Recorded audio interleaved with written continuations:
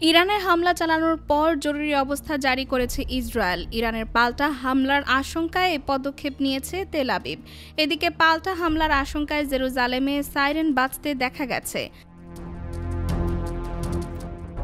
Israel জানিয়েছে তেহরানকে পারমাণবিক অস্ত্র তৈরি করা ঠেকাতে দেশটির পারমাণবিক স্থাপনাকে লক্ষ্য করে হামলা চালানো হয়েছে।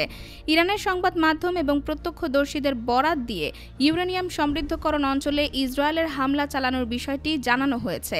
ইসরায়েল এ হামলাকে রাইজিং লায়ন নাম দিয়েছে। ইসরায়েলের প্রধানমন্ত্রী বেনিয়ামিন নেতানিয়াহু রেকর্ডকৃত এক ভিডিও বার্তায় জানান, আমরা ইসরায়েলের ইতিহাসের একটি নির্ণায়ক মুহূর্তে আছি। নাতানজ শহরের এক প্রত্যক্ষদর্শী জানান, ওই স্থাপনার কাছে একাধিক বিস্ফোরণের শব্দ শোনা গেছে। এদিকে এক জ্যেষ্ঠ ইরানি কর্মকর্তা রয়টার্সকে বলেন, দেশের শীর্ষ নেতারা একটি গুরুত্বপূর্ণ নিরাপত্তা বৈঠকে বসেছেন। যে কোনো সময় ইসরায়েলে পাল্টা হামলা চালাবে তেহরান।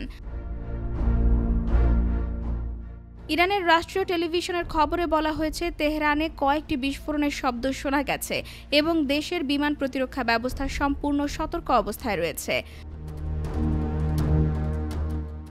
ইসরায়েলি সামরিক বাহিনীর এক কর্মকর্তা জানান, ইরানের ডজন খানেক পারমাণবিক ও সামরিক লক্ষ্যবস্তুতে হামলা চালানো হয়েছে।